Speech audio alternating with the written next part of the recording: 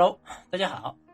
装逼卖萌，无所不能的大雄，今天来给你们发期王者荣耀的解说视频。咱们今天用到的英雄的话就是李元芳。那咱们现在来看一看，本来寻思来到自己家红 buff 野区去收一波野怪，但是他们多少是有点的嚣张，对面的廉颇再加上诸葛亮一起是来到咱家野区，那这个就不好意思了，直接2个人头全部收掉。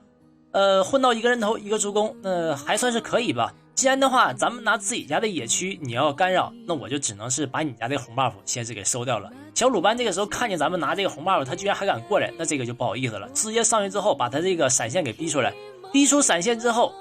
刚才因为浪费了一点点时间，所以说这个红 buff 也没有办法收掉了。你说是想要鲁班的一个闪现呢，还是想要一个红 buff 呢？这个东西怎么去取舍呢？你们去选择吧。那咱们刚才的话是把它闪现逼出来了，但是我也没想到这个红 buff 能收不掉啊。那关于这个元芳这个英雄，咱们今天也简单去说一说，因为在这个版本当中，元芳其实是一个值得推荐的英雄。到现在版本当中，你像上个赛季特别火的什么成吉思汗呐、马可呀、孙尚香啊这类英雄，多少都会有那么一点点的一个降温。像李元芳这个英雄，其实在这个版本当中还算是能够拿得出手的吧。可以说是比较适合该版本的一个英雄。那关于元芳的话，其实你像这个版本，首先咱们要知道一些个调整，就是在这个野区资源这块更加重视了，然后防御塔的血量也更加高了。你像元芳的话，本身自带就是1技能，对于防御塔就拥有了一个先天的优势的，推塔这块就是绝对优势，而且的话，它对于野怪也是拥有着一个先天的优势。那这样的话，他在这版本当中确实也是更加的一个合适吧，这是没有什么悬念的。那今天的话，咱们直接是把它拿到了一个打野位置。那拿到打野位置的话，单纯的靠元芳自己打野其实是很吃力的，所以说是跟着一个辅助小明。那这样的话，在打野这块也一样可以做到游刃有余。如果说你们在这自己上分的时候比较吃力上不去，可以联系咱们山区孩子装的带领 QQ 800-872-082。手机用户记得是添加 QQ 公众号800-872-082，同时大家有要租号或者出租赚钱的，也可以联系咱们的 QQ， 也是可以的。言归正传，直接是回到游戏当中，来到敌方下路一塔一个越塔强杀，但是这个越塔强杀靠着咱们自己好像是有点的吃力，还得要等待着一下队友去扛塔。那没有人扛塔怎么办呢？混个助攻啥的也行，不一定说非得这个人头自己收掉。帮着这个吕布把这下路一塔先是给收掉吧。那收掉了下路一塔，那在这个时候的话，咱们可以看一下，率先打通的是一个下路，然后咱们来到中路这块继续去准备压一波这个诸葛亮。那在压制这一块，其实咱们今天队友整体来说做的也算是挺不错吧，因为刚才咱家中单是被收掉了，所以说的话，咱们赶过去是第一时间支援。然后来到下路这块看见凯了，你自己在这块单兵作战能力能有多强啊？我就想知道啊。李元芳的话在这个爆发这一块是可以的，同时2技能拥有着一个超远的一个位移效果。那现在在下路这波抓凯，对面也是过来的非常的快，可以看见对面这个大批队伍直接是蜂拥而至，咱们要小心有人在后边去偷袭咱们，直接过来把韩信收掉。那韩信收掉之后的话，如果说我没记错，这个诸葛亮应该也是过来了。那诸葛亮跑的速度也是有点的快，嬴政直接大招开始扫起来。但是这个时候你不用着急，我过来把他给收掉就完事了。扫不扫的收他还不是很稳吗？这个从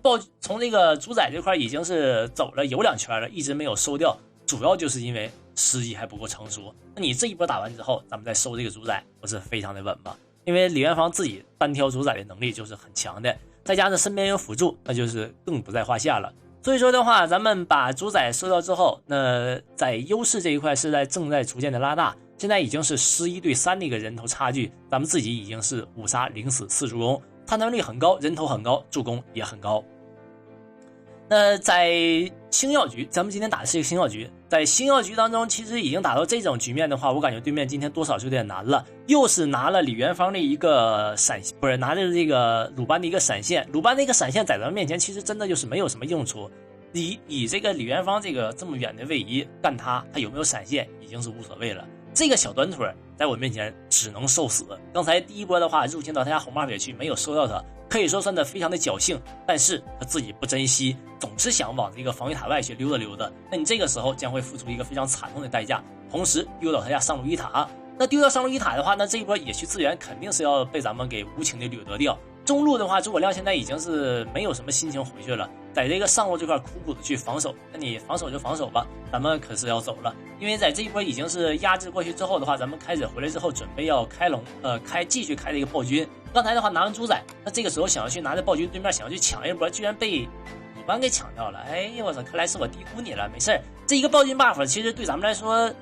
有用，那肯定是有用，但是他们拿到之后的话，对于他们来说用处也不是说太大。即使说有了一个暴君 buff 加成，他们一样是打不过我。那最后的话，把这个诸葛亮酸人之后，虽然说他的大招放出来了，但是并没有什么卵用，该死还是要死的。咱们现在整体的移动速度是非常的快，有这个明世隐在身边，那确实是把这个游戏节奏提得很快。咱们从这个上路压制完，然后到拿暴君，到中路，然后到了敌方蓝马尾区，再到下路，可以说整体来说这一套动作下来是行云流水一般，不会给对面什么太多的一个喘息的一个机会，就是疯狂的一个压制加上掠夺资源，在这压制效果上可能不是说那么肉眼可见的一个效果。然后这个暴君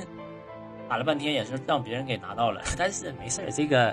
整体的节奏咱们还是拿捏得死死的，在这一块能够去稳稳的去控制住。现在又一次的是聚集到了敌方那个红霸野区，那咱们过来看一下这一波的话，其实等咱们赶到，应该他们都已经撤掉了，不会让咱们有这个参与团战的一个机会。队友现在打到这个时候，因为有着一个绝对领先优势，那在团战的时候肯定也是非常的好打。那在优势局的时候呢，团战那绝对就是行云流水啊，直接就是强行的往前去压制，给到他们一个压力就完事儿了。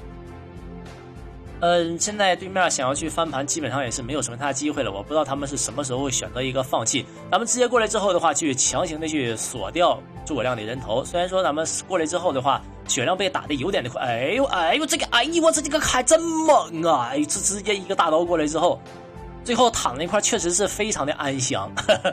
现在的话，